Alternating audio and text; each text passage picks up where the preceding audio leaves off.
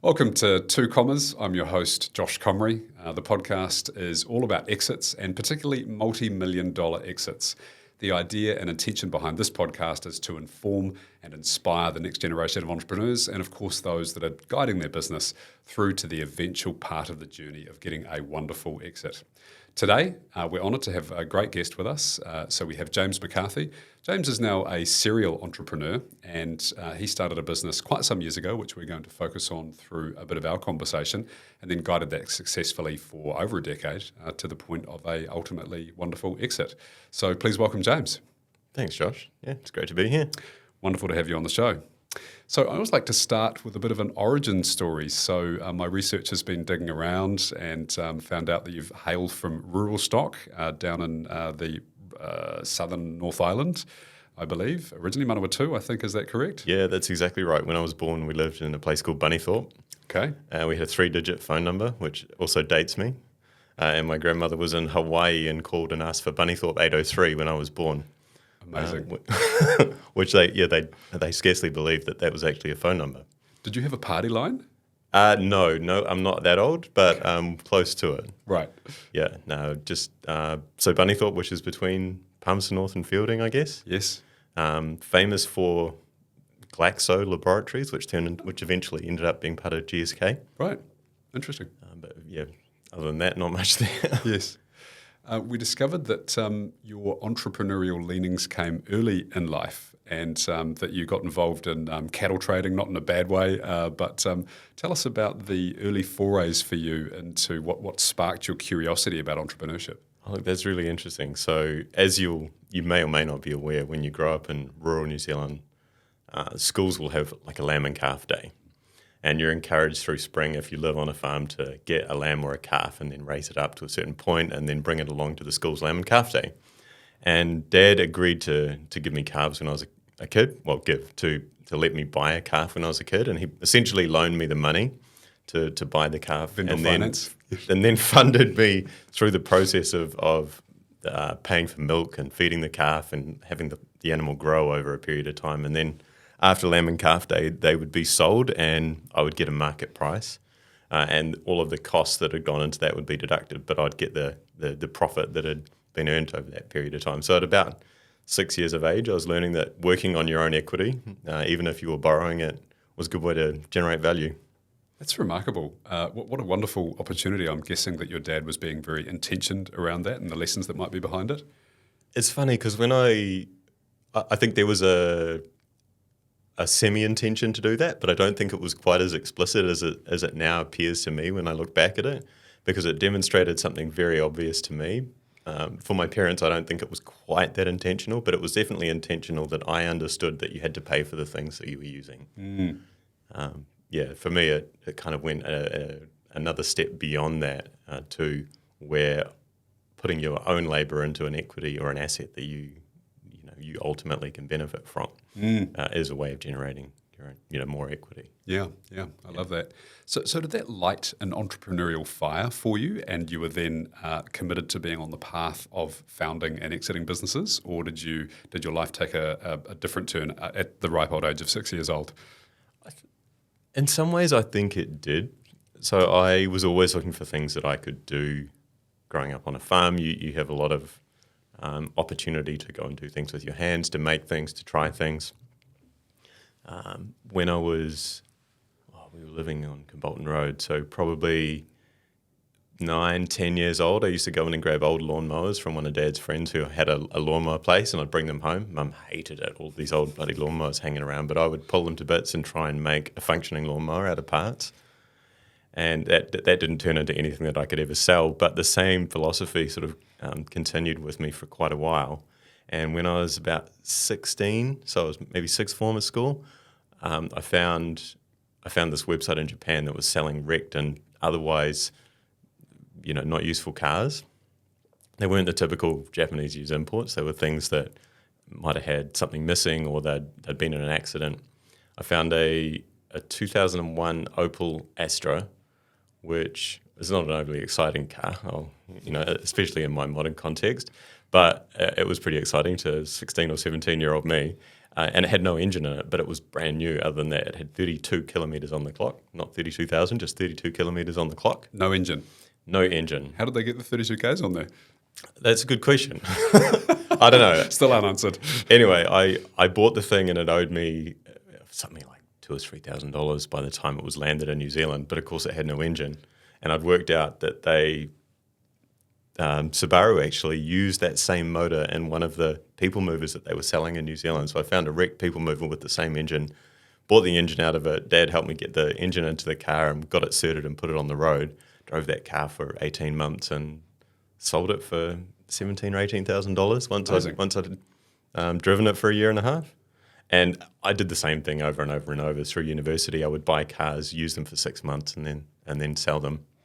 Trying to keep within the limits of what was acceptable for personal use, yes, of course. But typically looking to at least not lose any money on them and still own them for 6 months. And I accumulated enough through uni to pay for my uni fees by doing that, which is... That's a great story. I wondered if where we might go with the story, given that you had all these lawnmowers around the house, was that you then put a lawnmower engine into the Opel, which some motoring journalists would probably believe was part of the problem with that vehicle at that time, but a Subaru engine, very respectable. Yeah. So you went from trading cattle to trading vehicles, and you were studying at university. You studied an engineering degree, is that correct? I did, yeah. I did. It was a new major at the time.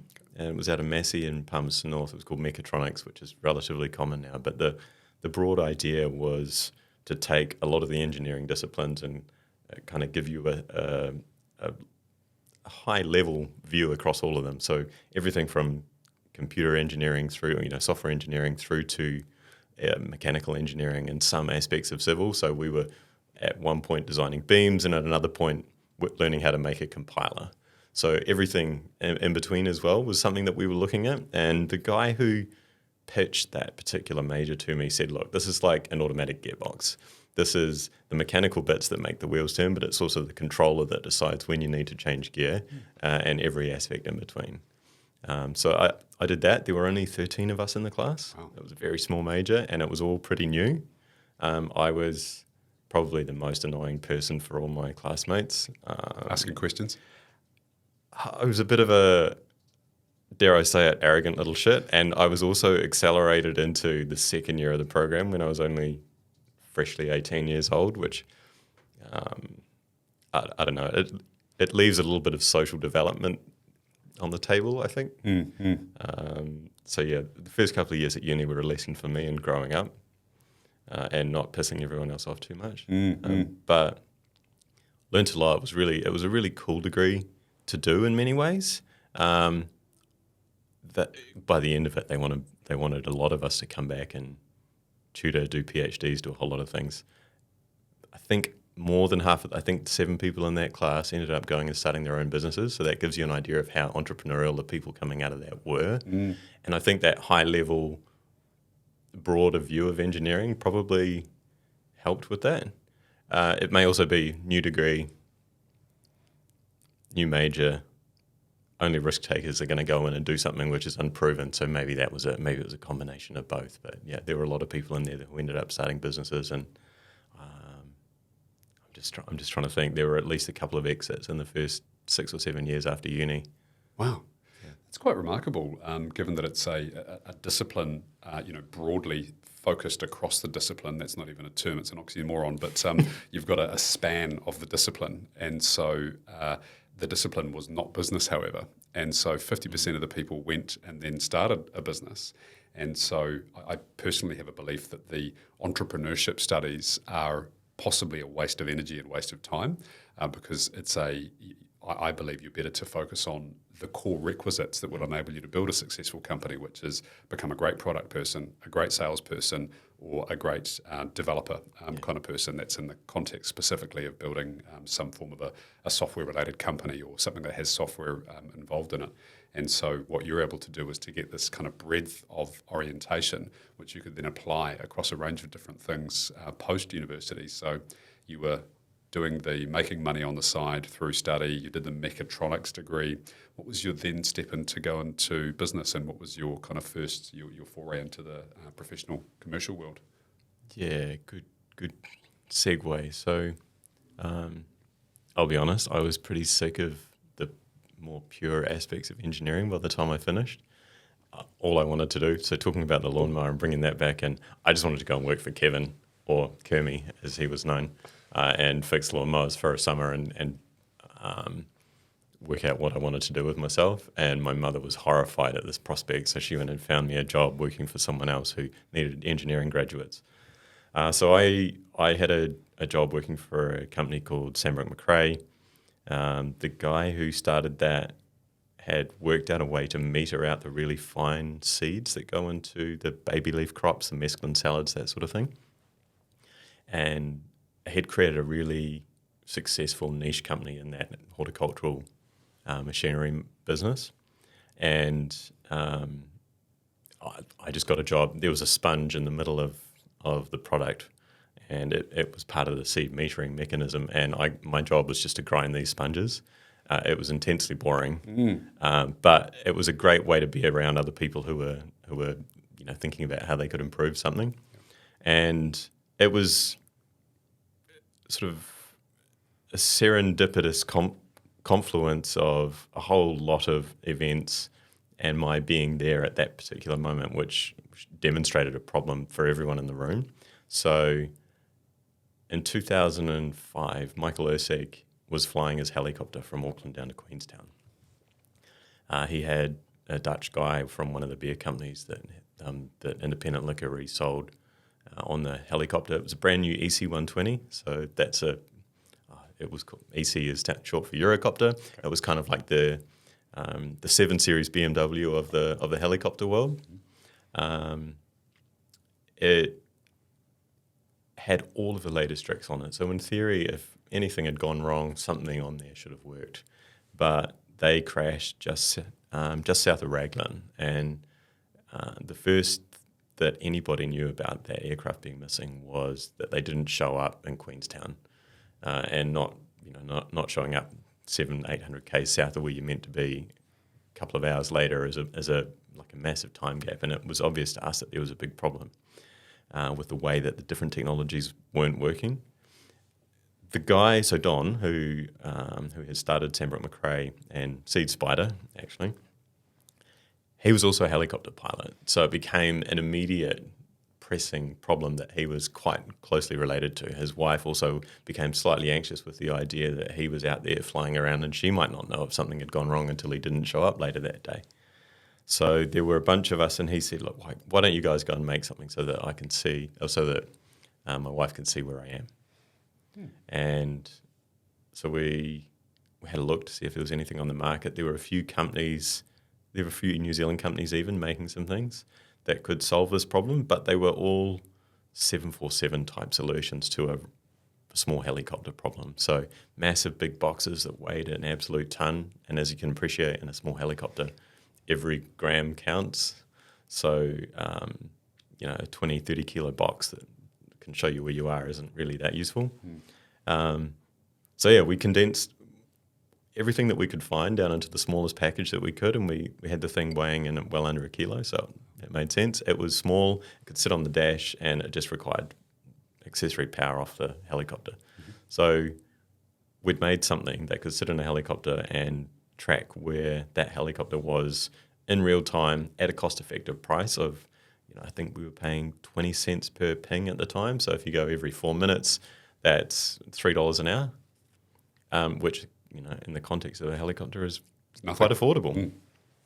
And that was up against the sort of $20,000, $30,000 box that cost $30 an hour, but could track a 747. Right. So we'd sort of, change the game by orders of magnitude in cost and in weight, and suddenly we had a product which was able to address a problem that a lot of people flying helicopters, especially in the likes of New Zealand, with remote areas, bad weather, not necessarily mobile coverage everywhere you're going to be. We'd solved, as it turned out, quite a gnarly problem. Quite a gnarly problem. Yeah. So I'll just recap, because I'm curious about the segue into the Spider Tracks business. So you were employed by someone who had a company called Seed Spider, and they were an enthusiast and had some domain knowledge. around flying helicopters and the lack of the solution that might exist in there.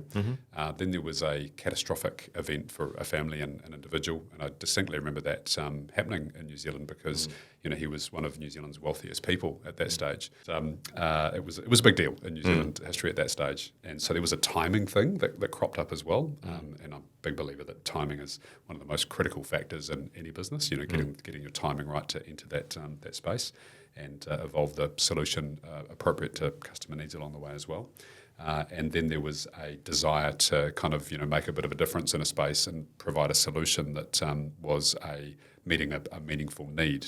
So that to me kind of encapsulates the start journey of Spidertracks. Is there anything you'd add to that? Yeah, so the timing thing, I can talk about the lack of timing, if you like, in a couple of different ways. So we, in order to make our product, relied upon a brand new piece of technology called SBD, that Iridium, which is a satellite communications network, had so recently released that they didn't even have documentation for us on how we were going to use it.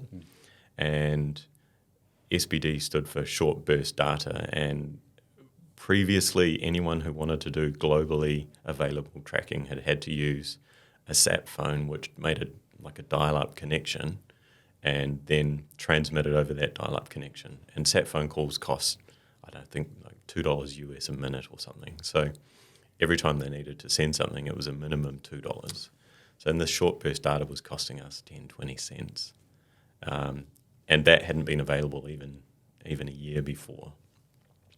If we go back 10 years, Iridium was set up by Motorola, and they spent billions and billions of dollars putting that up in the sky, and then it all collapsed and went into liquidation. And it was only because someone was able to buy the satellites before they crashed them.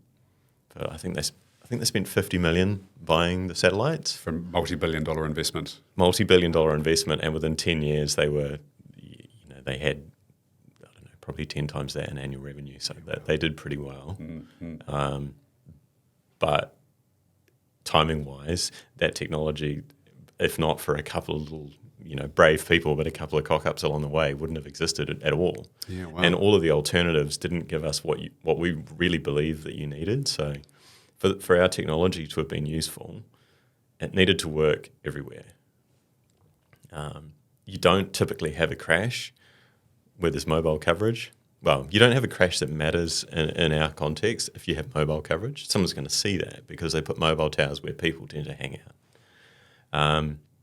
The other satellite networks were often constrained by the need for a ground station to be in sight at the same time. So the satellite was there, but it was only a relay point. So if you flew from New Zealand to Australia, as soon as you left the coast, you weren't covered.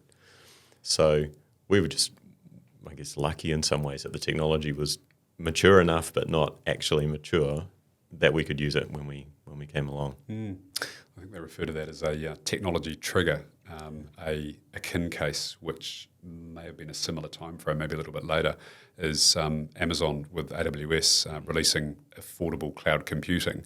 And then in the background, there was the advent and popularity of fibre to the door, to people's homes.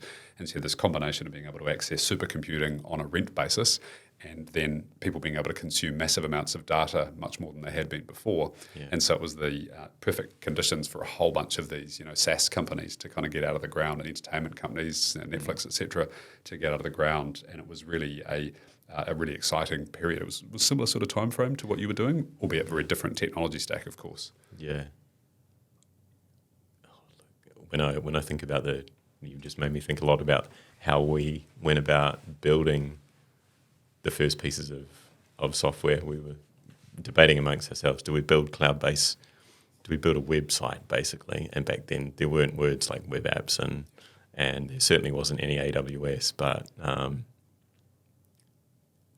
it was about the same time, and there was a lot of change in that market. Yeah.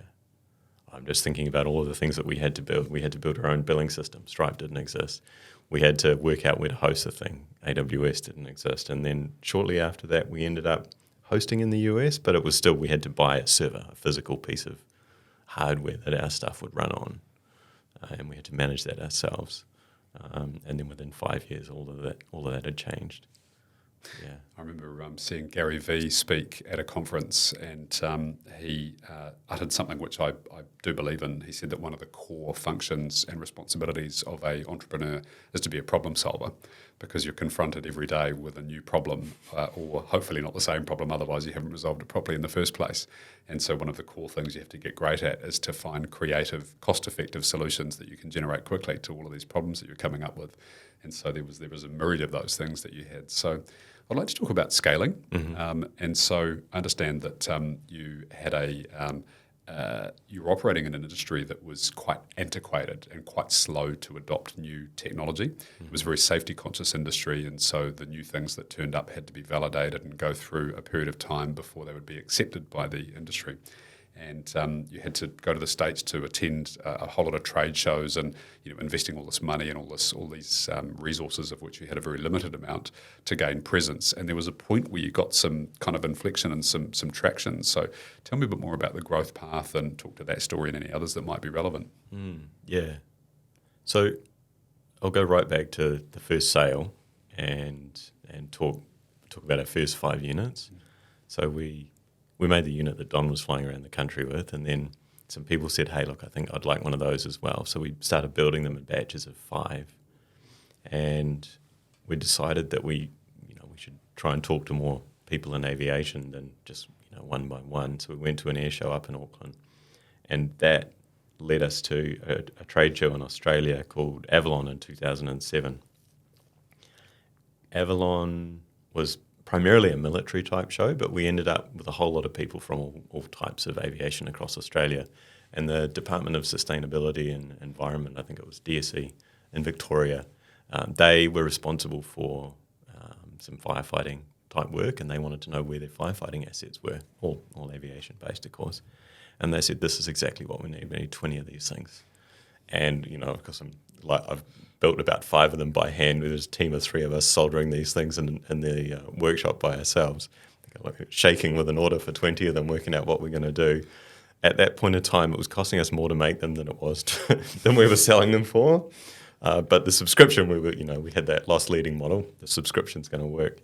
And so we went home, made these things and shipped them off, and very quickly realized that this was completely unsustainable. If we were going to scale the business, we needed to be able to make something that wasn't as intensive as what we were doing. And across that year, so 2007, for just a reminder on context, beginning of the GSC, was it Fannie Mae and Freddie Mac? I think they were both collapsing when I was at a trade show in the States. And that was all that the news was about. The world's going to have no money in a minute. So it was a very interesting time to be trying to start and scale a business. And I went to Oshkosh in Wisconsin, and it's one of the largest air shows in the world, primarily aimed at recreational flying, not at commercial. And stood there in the absolute pissing rain outside, because we couldn't get a booth inside, trying to flog these things off with $3,500 each or something, and didn't sell any at all. It was quite depressing. I think one trucker from somewhere up in Northern Ontario bought one to afterwards to try it. Anyway, we generated a bit of interest as a result of all of that, and about 3 or 4 months later, we got an email from someone at Cessna who said, hey, look, we really like what you're doing. We want to buy some, and we want to sell them through our reseller channel. We think this is the future. And, of course, pitching a giant tent over this, think it's pretty bloody amazing. Cessna's a reasonably substantial business as well, aren't they? Multi-billion-dollar organisation. Yeah, so Textron, who I'm not sure that they even still own Cessna, but they were huge. And Cessna's, by number of aircraft in the world, the largest aircraft manufacturer. Obviously, they're not Boeing or Airbus, but they they at that time had the largest number of aircraft flying in the world. Most amount of wings, we'll call it. Yeah, the greatest number of propellers. And we didn't even know how to react to something that was that exciting. We showed up like a bunch of amateurs in Kansas and did a demo to them, and they actually loved it and bought 125 grand worth of product, which was amazing. More than all of the seed capital that we'd had at that point in time. And then we had to work out how to make the bloody things. All of this demonstrated to us, really, hit us in the head with the reality that what we were doing wasn't scalable at all. Couldn't be hand making these things. So we started working out how to make them properly, how to have injection molded enclosures that we could make for $3 each instead of CNC machined aluminium enclosures, which cost us like $250 each. Anyway, if you want to talk about scaling, I think it's important to jump forward 2 years. So 2009, we went back to Oshkosh. 2008, we decided it was a waste of time. We weren't going to go back. Went back in 2009, and this guy came cruising up to the stand and said, "Saw you here 2 years ago. I wasn't going to buy your product." I'm like, okay, that's an interesting way to introduce yourself. I needed to know that you were going to survive. So it was that very early lesson, especially in the States, in a conservative industry, that you've got to prove to us first that you're going to be around. Yeah. And it was a very horse and carty type problem to overcome in the US. So a lot of our early success came as a result of working out some kind of crafty way to overcome that. And I'll credit Bruce, one of my other business partners, for doing a lot of legwork in the US to convince a particular market that we were worth betting on. Yeah, we found that the tourism industry, especially the helicopters that flew people into the Grand Canyon, had a really strong use case for our product. They needed to know when the helicopters were coming back. They had a big safety mandate as well. A safety issue in the tourism industry would be absolute death to them. So making sure that they were operating safely and they knew where their aircraft were so they could schedule the next group of people for the flight became really important. And we ended up selling into Sundance helicopters, and that precipitated nearly, I think, every single tourism operator based out of Vegas that was flying to the Grand Canyon within a year or two, that all fitted their fleet out with our stuff. Oh, wow. Did you become like a competitive value add to those businesses, do you think? Absolutely. The emphasis on safety was huge, and the ability to demonstrate that they were actively doing things was important. Oh, that's amazing. Were you, I'm imagining by now, 4 or 5 years into the business, you're starting to see some competitive pressure as well? Others were recognising the opportunity and kind of building their own technology, or did you still have a reasonably clear playing field? It's interesting talking about the competition because we, at that point, were still probably the newcomer. You've referred to the fact that aviation's pretty conservative. A lot of the aircraft that we were putting our stuff into were 10, 20, 30 years old and based on 50, 60-year-old designs. A lot of the competition was still selling what I would call legacy-type hardware based on the old way of doing things. And even though they'd migrated slightly in how they were doing things, I still wouldn't have described them as a true competitor. And there were a few smaller competitors coming up from beneath us. And to be honest, there was one out of South Africa and 2 others out of New Zealand, which I found really interesting. Interesting that New Zealand seemed to create 3 companies all trying to solve the same problem.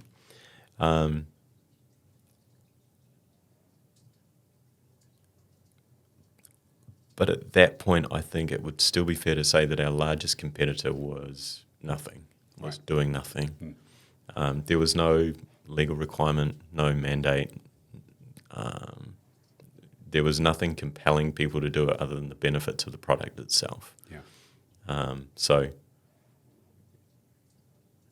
more often when we lost a sale, we would lose it to people deciding not to do anything. Yeah.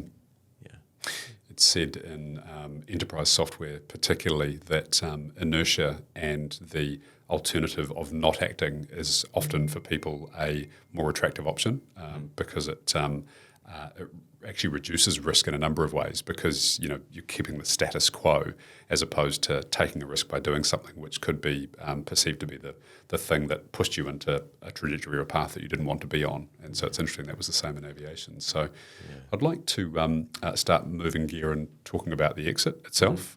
So if we jump forward a few years to when you started to ponder the future for the business and the future for you as founders and shareholders of the company. So what was the thing that kind of precipitated the start of that journey of pondering the exit?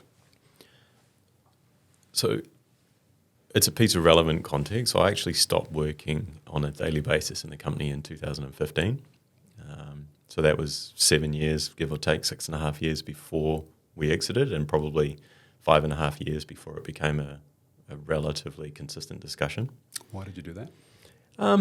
I'd been there 10 years, and if you subscribe to some of the Jim Collins methodology around your own hedgehog concept, I think my hedgehog concept is very strongly tied to what happens right at the start. And once things become about the processes and lots of reports and layers of reporting that help a business grow, I don't think I'm the right person to run the company at that point. So I stepped away.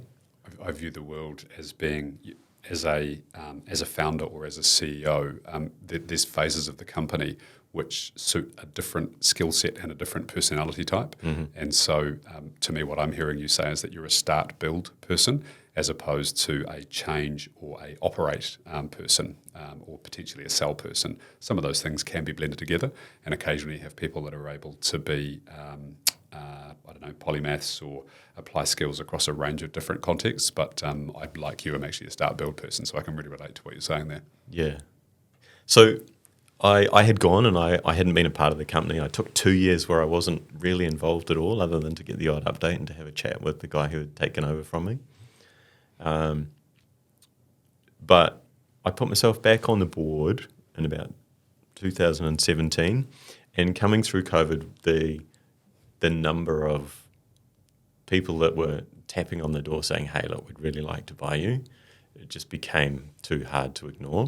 And we didn't think, as a board, we didn't think we were probably ready to try and sell the company for the value that we thought we were generating at that point in time. But if we look back at it, the shareholders were ready to exit. They'd been on that journey at that point in time for 15, 16 years. The market was ready, and the company was ready to sell. We just didn't necessarily think that we were going to realise all the value that we'd created recently.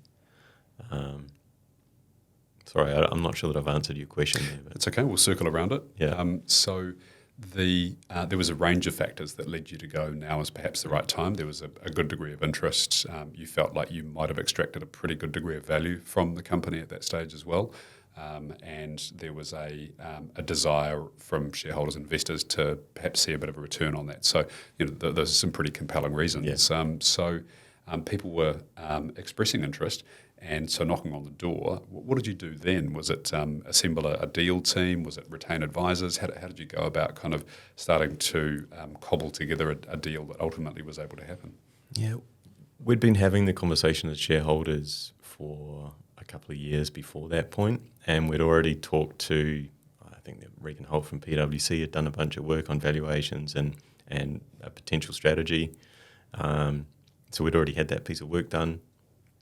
At the point when we decided, okay, we're going to do this, now is the time, the board put a bit of a subcommittee together with the CEO, and we said, okay, let's pick who we think are the most likely buyers for this company, and let's go to them and actually get a non-binding indicative offer and talk through with the shareholders what this could look like. Because the shareholder expectations were all over the map. There was a multiple of 2 between the lowest and the highest. Wow, that's a spread. So there are some expectations that you need to manage. And there was a lot of work in front of us that we probably didn't realise was in front of us at that time. After we'd gone to these people and said, look, why don't you give us a non-binding indicative offer? They obviously needed a whole lot of information. Luckily for us, we were relatively well prepped for sale. So we had, I wouldn't say that we had a data room, but we had at least a high-level brief that we could send out. And people were pretty good at giving indicative offers on a relatively short turnaround. And the thing that surprised me is, especially given the differences in the 3 potentials that we'd picked out, one being a sort of a long hold PE, one being more of a local and short hold PE firm, and one being more of a trade sale type purchaser. all of the valuations were relatively close together. Nothing too far outside my expectations, and all of them above what I thought the minimum value for the company ought to be. So that was at least a good start. And then we went to shareholders, put the options out, got some feedback, and the shareholders sort of took the advice, and we decided to go ahead with a process with one particular buyer, who I'll name as Arcadia, because it's easier just to talk about them by name. Yep. Arcadia's deck to us had a very optimistic 4-week process. 4-week DD. And I think even Paul would now acknowledge that was probably a little bit optimistic. And I can talk about some of the funny moments through the process, including them not realising that New Zealand shuts down for all of summer. But they, in early November, told us that they would have the deal sewn up by Christmas. Which we thought Early November, wow. Anyway, the board sort of put the CEO at the time in charge of this process, and we kind of sat back and answered questions and wanted to see what would happen. Terrible idea for lots of reasons, and I can talk about where we ended up and what we should have done. But probably now's quite a good time to do that, actually. Look, ultimately you need someone who's connected enough to the decision makers in the decision-making process, connected enough to the business and the information within the business, and ultimately who's going to sign the warranties. That person needs to be leading that process, or needed in our case to lead that process. If I think about all the relationships, so I was leading that process, if I think about all the relationships that I had and had to manage, there were 4 shareholding groups, but within those shareholding groups, different shareholders as well. So probably about 15 people all told on the shareholding side that you needed to have a relationship with and bring along on a journey. There was obviously the buyer, and within the buyer there were a whole lot of different people. There was our own legal team, and then there was the company itself and the people working in the company, and that includes the board, who were ultimately going to carry a degree of responsibility for making sure the company achieves its objectives. Yeah. And that is a hell of a distraction. And if you get the CEO who wasn't a founder shareholder, he was incentivized based on an exit, but he wasn't a founder shareholder with a huge stake in the company. If you take that person away from the things that they're going to be doing every day and throw this job at them, for a start, they're going to have an overhead of consultation with the people who can generally make the decisions, and they're going to have no time for anything else. So the risk, therefore, is if the deal doesn't go through, you've probably started to slip in your earnings and your ability to execute upon the strategy. So such an important thing to keep an eye on where the business is going and the deal that's on the table in front of you at the same time. So just to be clear, to recap, sorry to interrupt, the many moving parts, relatively standard situation when you've got a mature-ish company, especially with a multitude of shareholders in that company as well. And so you were external to the business and you were back on the board, so non-operational but non-exec director. And so you took responsibility for taking on some of that, and the CEO took some responsibility. Could you talk to that a little bit more for us, please? Yeah, so Dave was running the process to begin with, and we actually got to a point where we thought it was all going to fall over. And part of that came down to Dave not having the ability to make the calls on behalf of shareholders and then go and pitch those to shareholders that realistically you need. And so we kind of had a first half and a second half, and the first half was unsuccessful, not because of anything to do with Dave, but just because it was the wrong people trying to run the process. So I think the other thing is I was naively trying to step back because I thought it wasn't my place to be doing it.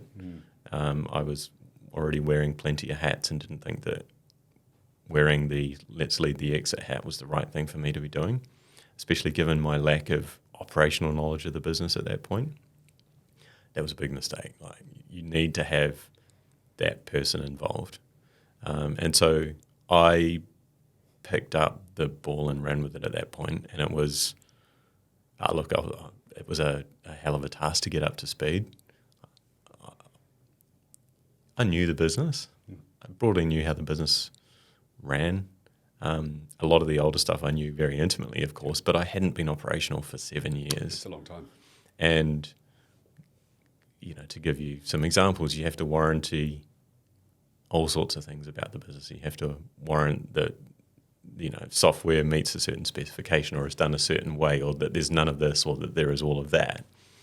And when you're involved with the business and you've got a high degree of trust with the people doing the work, extracting that information's a lot easier than when you actually don't know you don't know the team on a personal level anymore. So you have to go in there and trust but verify for yourself.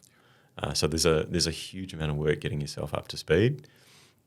And the problem with that time is that the more time you give a buyer, the more time they're going to spend looking at things and the more questions they're going to ask. And we ended up in a relatively drawn-out process. It took another 2 months after I finally stood up and did what I should have done from the start. And that time just gave them so much time to ask a whole lot of questions, which I don't think served them or us particularly well. Mm-hmm. Yeah. Yeah, there's a notion in sales, as there is, selling a company, that time kills deals, and it tends to erode rather than increase value. Yeah. So I'm curious, you may not have reflected upon this, but you weren't heavily involved in the start of the journey. You said it was a game of two halves, if you like, a deal of two halves, and then you became really heavily involved. I'm guessing that you either were the largest or you represented the largest group of shareholders, so the largest vested interest in that deal, and founder of the company as well. And so super important to be able to see the right outcome for all of the different stakeholders that you served, of which there's many. The company, the customers, the shareholders. It's a complex entity by this stage. Have you reflected upon the difference that you may have been able to make through becoming much more active in that deal? Like, for example, could the deal have gone off the rails? You mentioned that may have been a possible outcome at that point, and or was there a potential increase in the EBIT multiple, or was it just getting the deal done on better terms, or what influence do you feel like you may have been able to have on that deal? I think the deal would have fallen off the rails if I or someone representing the largest shareholders hadn't got involved. Right. That's basically what it comes down to. Yeah, that's pretty fundamental. One of the things that I talk about as being probably one of the hardest things was just the decision fatigue through the process. Yeah. And when you can make the decision and know that you've got the backing of a majority of shareholders behind you, and that you will have to discuss some things and negotiate some things, but when you've got the ability to make those decisions and just keep moving, you're far better placed to stop that time just blowing out. So that was probably the thing that I brought to it, was the ability to just make a lot of decisions without too much consultation, right, and then go back and sell a package to the shareholders instead of going back piece by piece and asking questions along the way. Yeah. And consequently, my mind goes to that does two things.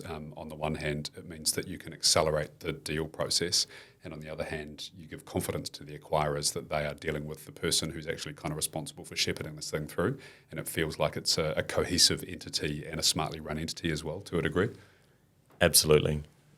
I think one piece of context which is probably missing from the discussion at this point is the fact that Arcadia was a brand new fund at that point in time. First deal, or one of? We were basically first equal. I think we and another company closed within a week of each other. Wow. And so not only were we learning about this for the first time, but even though the principals at that firm had a lot of experience, this was the first time they'd done it in their own fund. So there was and this was also the first time they'd done it in New Zealand. So there was a lot of legal and cultural and just novice type learning around the whole process that needed to happen as part of the journey for each of us. Yes. And that definitely impacted quite a few things. I'll give you examples. There was workers' comp in the SPA when it first landed on our desk, and no matter how many times we went back to them and said, you need to remove this workers' comp reference because that's an Australian concept, not a New Zealand concept. There were little things like that just took a lot more work than it really should have. Yeah. And that was just an experience thing. I didn't know that I needed to say, hey, look, just strike this for these reasons. And they didn't know that wasn't a thing in New Zealand. Yeah. So thousands of little pieces of learning like that. Yeah. Once you've done them once, you kind of understand it. But when you've never done it, you have it's no completely idea. new, right? Having to discover what the notion of that construct is and then work out what you want to do and then sell it to some other people as well. So, again, more complexity that comes into the deal itself. You don't need to mention names, but I'm curious, did you have advisors that were working alongside you in this journey? And to what extent did they make a difference? Yeah, so there were, I have a note of the people that I've talked to, and I looked at that this morning in prep for this. There were a half a dozen or so people that I would talk to and ask questions about how their process had gone. And they were kind of informal friends, if you like, that could mentor me through the process. And then on the formal side, we engaged PwC Legal. And I'll shout out to Elena Kim, who did a fantastic job at helping me through the process. Great. Thanks, Elena. I can't mention enough how having a good legal representative helps you quantify what the risks are going to look like. The counter to that is that your lawyer also doesn't have the context, the industry or the company context to help you interpret every aspect of the risk. They can tell you what the risk looks like from a legal perspective. You need to apply the real world element over the top of that. And so having a good lawyer who can break that down for you and give you examples of when or when not a risk is going to exist is invaluable. Yeah. And Elena, she did a fantastic job at that, and she was also incredibly available, which when you're trying to work across, one of the guys was in Australia, some of them were in Florida, some of them were in Toronto. When you're trying to work across, 10 hours of time zones, it's really important that people are available at ungodly hours. Yeah. It's a bit of conjecture, but to what extent do you think that you're able to positively influence the deal from the outset of what the heads of agreement was through to ultimately what ended up being? Was there a difference in that markedly, by the way, either in terms of the multiple or the terms that were attached? I think I was able to positively influence it insofar as we got the deal across the line. Yeah. We were really happy with the price that we got. And I think part of being happy with the price that we got was making sure that we had a buyer who was happy with the price that they bought it for as well. Takes a lot of risk out of warranties and everything that comes afterwards. Yeah. We negotiated quite heavily on the way that the post-sale looked. So where we did change the shape of the deal was in things like net working capital considerations, making sure that we weren't leaving a whole lot of cash in the company, making sure that we were tidying up imputation credits properly so that we weren't leaving a whole lot of unrealizable value inside the company. We did quite a bit of good stuff, which made a material difference to the outcome for us. Yeah. We had quite a short holdback time, and the holdback funds were all held on deposit in New Zealand. So with a new fund, that made our shareholders feel quite safe. Yeah. So the structure of the deal and the risk that we considered lay in the warranties were areas where we negotiated quite hard, and I think we did quite well. And I think, if we talk to Paul from Arcadia, they're really happy with what they've bought, and they're also content that they didn't buy a whole lot of risk or a whole lot of issue. There haven't been any warranty claims. It's a good outcome for both sides, and I think that speaks to the integrity that we built into the deal. Yeah. I love the approach that you've taken there, which you didn't use the words, but it was essentially a win-win kind of deal. And so I think often people from the outside can look at a company exit and kind of hope they're going to screw the other person on the buy price. But I subscribe to the same model of thinking, which is that it's got to be a deal that stacks up for everybody and one that you can walk away with a sense of pride that you've done the right thing. But you've also achieved a outcome which is a positive one for acquirer and also all the other stakeholders that we've talked about earlier on. Absolutely. And I think one of the big realizations that I had in this process that I was naive to as a founder who had gone and tried to raise money from the likes of VCs and other people in the intervening period was that people buying companies need to buy companies. They need the companies to buy as much as the companies want to sell. They don't make money by not buying companies. So they're out there in the market looking for things that are worth buying, and if you've got something that's worth selling, there's so much potential for a win-win, as you termed it. So that was one of my big aha moments in the process. Actually, these guys need us as much as we need them. It's a really powerful realization. I think a lot of people from the outside feel like, especially when they're going into the deal for the first time, if it's their first exit, and that they might be beholden in some way to the buyer, and that there's some, because it does feel like you need to jump through a lot of hoops when you're going through a DD process, and it can feel quite arduous to people if they're unprepared for that, if their data room is lacking, or if their compliance has been a little bit lax along the way, whatever it might be. And so reminding oneself that, this organisation that's sitting here is here for a reason. It's because they need to buy a company like us, and so let's make this as easy and positive as possible for them. Yeah, absolutely. Yeah. Just reflecting on the deal, it's always good to, hindsight is a 20/20 vision. So were there any kind of, and you may have touched on a couple of these, or it could be something different, but were there any missteps or mistakes that you made along the way that now looking back, that you could have done differently?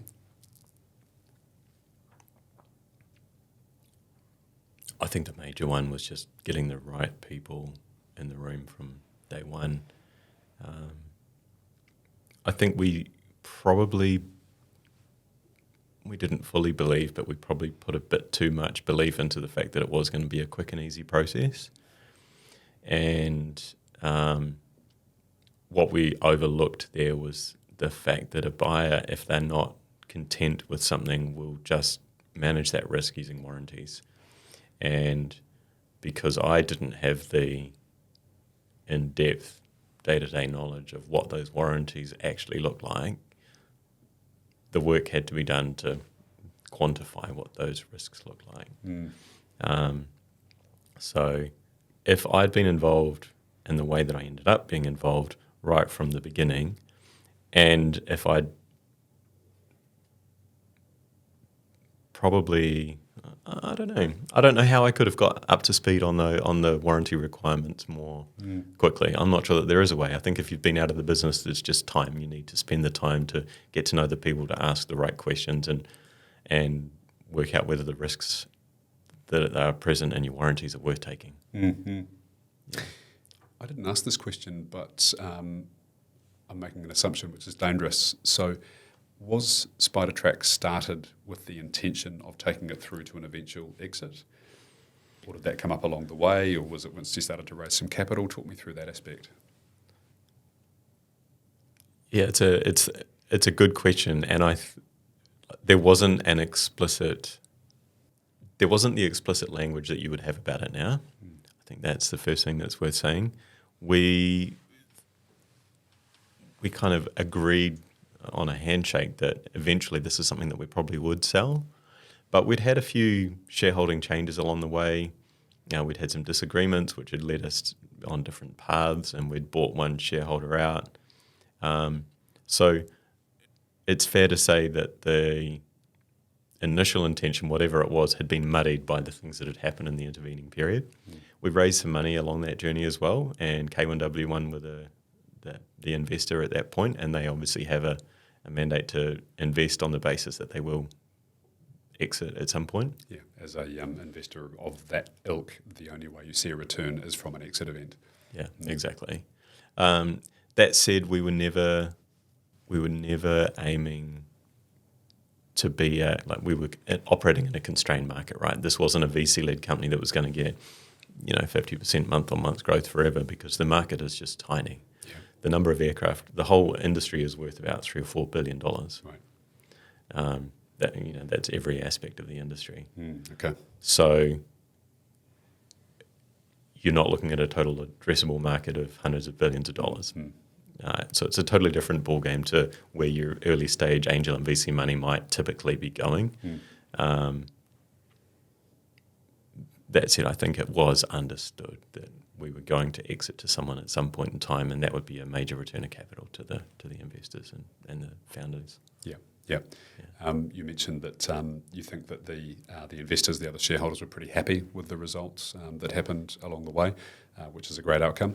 So not always is that the case. I'm curious, and don't share if you're not comfortable to do so, but what kind of level of return did some of those investors see? Like perhaps the best investor story they saw, 20, 30, 40x of their number, or whatever that thing might be. Is that something you can share with me?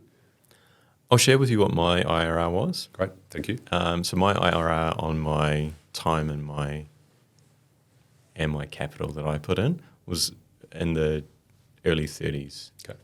Yeah. Amazing. Yeah.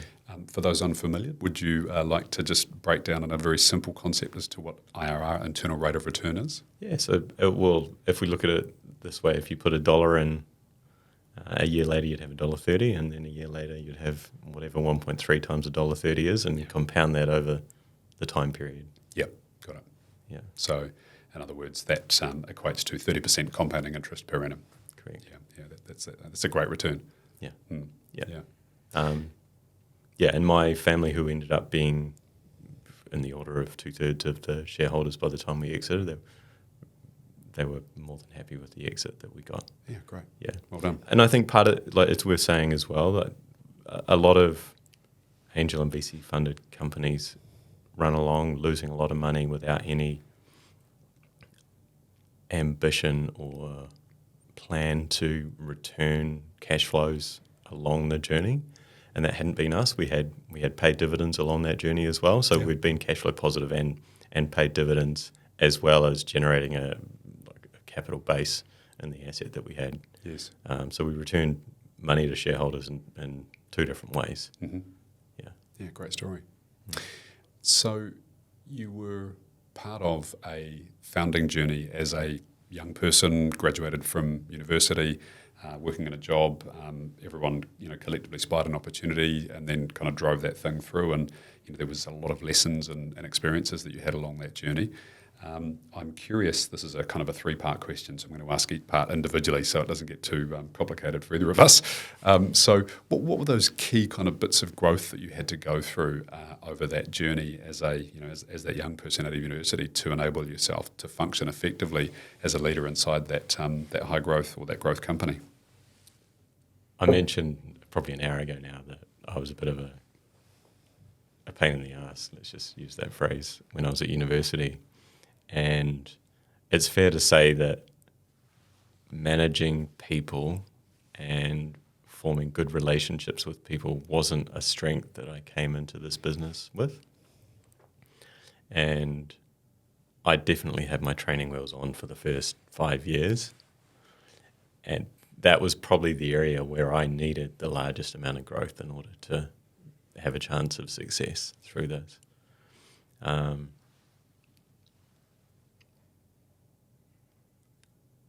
The realization, so you're an EO member, I'm an EO member. I came into EO on the tail of being in an organisation called CQ for a decade, and I remember my first meeting at CQ. This is a forum-like experience. There are 8 people in the room, and everyone has just given their update, and I just remember sitting there thinking, wow, I'm not nowhere near as fucked up as anyone else. But in reality, I was equally, if not more, fucked up than everyone else. I just didn't have the tools, nor had I spent the time reflecting in order to understand how much growth potential I had in front of me. In other words, how naive I was to what I needed to be able to do in order to grow the business that I was running and to just be a functioning human. Yeah. Wonderful piece of reflection. EO, Entrepreneurs Organisation, for those unfamiliar, global organisation of which James and I are both a part. So the next question, the lead on from that, is that so you went through a full life cycle evolution, including succession planning, so moving yourself out of the business, which is a wonderful piece of awareness to have of what you're enjoying, but also where your capability set lies, hedgehog concept, as you mentioned. And so you've now moved on and started a new business, Cradle. Cloud PBX is kind of the space in which I think that would be a descriptor. Give us a quick pitch on Cradle. But the thing that I'm really interested in is how did you, upon starting that business, what were the key things that you applied that were the hard-fought and won lessons from the SpiderTrack's journey? So Cradle's a cloud PBX, as you talked about it. We talk about it as a cloud phone system, and the goal is just to help primarily accountants have better, more meaningful conversations with their clients. We do that by giving them context, right? So we pull data out of their practice management tools and surface that data when they're on a phone call. So they're not talking blind, they know who they're talking to, they know when they last spoke. We've made a fair share of mistakes and misturns in Cradle as well, so I won't sit here and claim to have it nailed and have it perfect. A couple of key things come to mind. So the first one is that, and it speaks a little bit to one of the questions you asked about, was the intention from the get-go to sell this company. I did a lot more work making sure that the on-ramp and off-ramp for anyone who was involved was clearer. So we weren't reaching points where founders or early-stage investors were going, I want my money out, or I don't like you anymore, how do I get out of here? And we didn't have a mechanism for it. All of that stuff was defined. This is how you get in, this is how you get out. And that has been really valuable, and we've used it and not ended up with any degree of animosity, that's been a really fruitful piece of learning. I'm not necessarily sure that this is something we didn't do at SpiderTracks, but we've been much more explicit about it at Cradle, and that is that we don't try and build things if we don't have to. There's lift and shift opportunities everywhere, right? Part of the reason that we had to build things at SpiderTracks was the immaturity of the SaaS space. We had to build our own billing system. We had to build, let's use the billing system as an example. So you need to be able to bill your customers, and you're selling them something. So you kind of work out what your billing model is going to look like, and you build a system around that, which every week, month, year, whatever it is, invoices them for what they've used or what they're going to use. Stripe didn't exist in 2006. Well, if it did, it certainly didn't exist in New Zealand. And so we had to build that from the ground up. And we spent hours boiling the ocean and came up with the most complicated thing in the world. And then people from marketing and people from sales and everyone's having their input. And what we didn't do was just pare that scope down to the absolute bare minimum. So we went from a database query which spat out a whole bunch of numbers which we then turned into an invoice manually each month, to the most complex billing system where Ruth, bless her, came into the door of where the dev team were working in one day, and she's German. Is this billing system actually going to work? I love the German directness. And it was the right question, and we probably should have listened more to that question and understood the anxiety sitting behind it, because we built a monster, and it's still getting used today, because it was far too complex for the job we were trying to solve. We over-engineered it to death.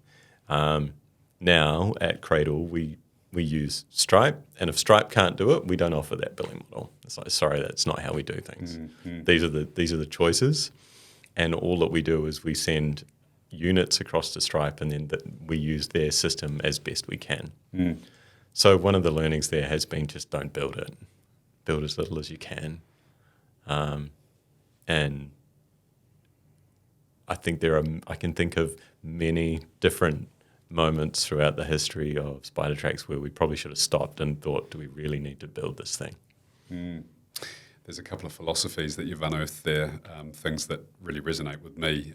Terms that I would use would be buy, not build. And so that's a ethos that can be quite present in companies, or it can be the alternative, which is a derivative of not in my backyard, NIMBY, which is not invented here, which means that if we didn't make it, then it's not as good as it could be. And that's the luxury of a incredibly cashed up company, one that has an invention mindset and that perhaps isn't necessarily focused on the outcomes that they're trying to deliver to as well. The other thing that I'll call out is the fit for purpose as well. And so over-engineering and ending up with a whole lot of scope creep is something which is a real risk for anyone that has a tinkering, engineering, product-y mindset. It's very, very easy to end up in a situation where you build a Frankenstein, you build a monster when something really simple could suffice. If you cannot buy it, if that's your mentality, and you need to build it, then build the simplest thing you possibly can for this point in time. There's a terminology that one of my previous co-founders, Gareth Cronin, talks about, which is the last responsible moment, which kind of is, we're still being responsible, but we're doing it at the time that is appropriate for how we're going to deliver and roll this thing out. So there's kind of three notions that you've surfaced there in ways that I'll perhaps put some words around. So I think another to borrow from Sir Peter Blake would be the doesn't make the boat go faster philosophy. And are we doing this because it's fun and exciting, or are we doing this because it's genuinely going to make a difference to our customers and the value we're delivering them? And we also, and maybe it's a combination of all those things, or maybe it's the last point about being the last responsible moment, as we avoid building things that we can do manually, whilst doing them manually doesn't take up a ridiculous amount of time. Because often the cost of automating or building a system is orders of magnitude more than just doing it manually for a while and seeing if you actually need to do it in a year's time. Because a lot of things turn out to be bad ideas, right? I was emceeing a panel with Bob from Comrie a couple of weeks ago, and there was this beautiful, simple masterclass on automation that he had as they were going through a COVID-fueled, rapid, unbelievable explosion of growth. And he said really simply that the founding team would apply themselves wherever they possibly could across the function, and then so they understood clearly as a group what needed to happen across the business, what the different responsibilities were. And then they would, once they got to a stage where they were breaking, they would automate, and then, so not hire, they'd automate. And then once that thing started to get a little bit creaky and groany, they'd reevaluate it again and then hire someone to sit alongside that. And so it was the simplest way of looking at how you go about building systems and automation and behind the scenes to support the efforts of the humans, because automation is not necessarily always the right answer. It's not the panacea. It could be that another human or a part of a human could be right, or that we don't do it at all. Is another way to think about it as well. Yeah, exactly. If there was like two or three, things, virtues, philosophies, things that were just paramount to you in business, James, what would those two or three things be? I like to use the word why. Like, why are we doing this? Why is it like that? I think having maybe a curious mindset is something that I'd like to see in myself and in other people. So why things are the way they are, why should we make them different? So having that curiosity is something that I value in myself, I think. I think my dad hated it when I was growing up because I used to ask that question a lot. When it comes to what we're creating, I strive, and we as companies have, is it striven or strived? Strove, I don't know, whatever that context. To ensure that what we're doing is more simple than what people are currently doing. So, and it's a little bit Steve Jobsy, so I'm nervous to say this, but simplicity is something that I really value, and that I love to see in our products. I love it when people can just sit down and use them intuitively because all the thought has already happened. And I think it's in making products like that I personally get a lot of pride and delight from what it is that we create. You're going to have to cut this out because you're going to hate it, but I think having integrity in business is really important, and that comes back to, you talked about having a win-win with whoever it is that buys your company, but you need to think of the integrity and the value that you're generating for your customers as well. I think it's important to see that what you're doing adds value to their business, and then you don't have to sell anything. You just show them how it's going to help them. So that honesty or integrity and purpose, I think, is really important. And if you're solving customer problems and you're doing it in such a way that they can see the value and you are delivering genuine value, there's integrity to that. I think that's... Yeah, I don't hate it. So what I dislike about the word integrity is when it becomes a trope, and it's overused or misused. And so what you've talked about there is integrity in product, integrity in design, integrity in customer relationships. And so that kind of really gives it a strong grounding, and I really like that. And I think there's nothing wrong with aping Steve Jobs, one of the greatest entrepreneurs of any generation, especially the last couple of generations. What I would make that mean is that build beautiful things simply. Yeah. And the first thing that you mentioned was the curiosity. It's such an attractive virtue, and I think not often enough respected or admired in other people. We like drive, and we like determination, and we like resilience, and these sorts of things. Well, certainly, I do.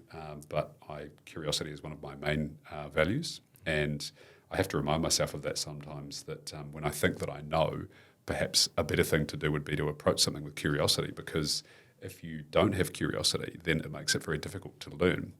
And it's also, it can be quite repellent to people if you always have the answer to things. The Sheldon from the comedy show, kind of persona, where the know-it-all personality is not a very attractive personality. So they really resonate with me. I really like them. 2 more questions. Do you have an alternative career that you didn't pursue? So the thing that, if you hadn't gone into the space of being a founder, being an entrepreneur, being a company builder, and taking it through to an exit, that thing that is I wonder what that path would have been like, or if I had all of the time and money in the world, what I would dedicate myself to is this thing over here. So is that something you've pondered, and if so, what would the answer to that be? Maybe I don't even need to ponder it. So 2005, I was immediately post the Michael Erseg crash. I was helping Dad out. He had a business installing irrigators, and I was standing in a paddock. I'd applied for a job with George Weston Foods in Sydney. George Weston Foods own Tip Top, the bread brand, not the ice cream. And I'd made it through their graduate application, and they wanted me to come to Sydney. I flew to Sydney for a job interview, went through a whole lot of psychometric testing, which was interesting, described me as abrasive. Ended up getting interviewed by the CEO at the end of the day. And, afterwards I caught the train back to somewhere and stayed in a Formula One at Sydney Airport and then flew home. Anyway, the CEO, as he had gone to shake my hand at the end of the interview, grabbed his PDA, bless him, and looked at it, and he was just looking at it while he shook my hand instead of looking at me. And I convinced myself at that moment that he was not interested in hiring me. And I also don't understand why the CEO was interviewing graduates in a company with, I don't know how big George Weston Foods is, but it's thousands, right? Thousands of employees, yeah. That didn't seem to make sense to me. Anyway, I convinced myself that he didn't want to hire me, I wasn't going to get that job, and also I didn't want to work for that company, if that's the way that the tail end of an interview like that happens.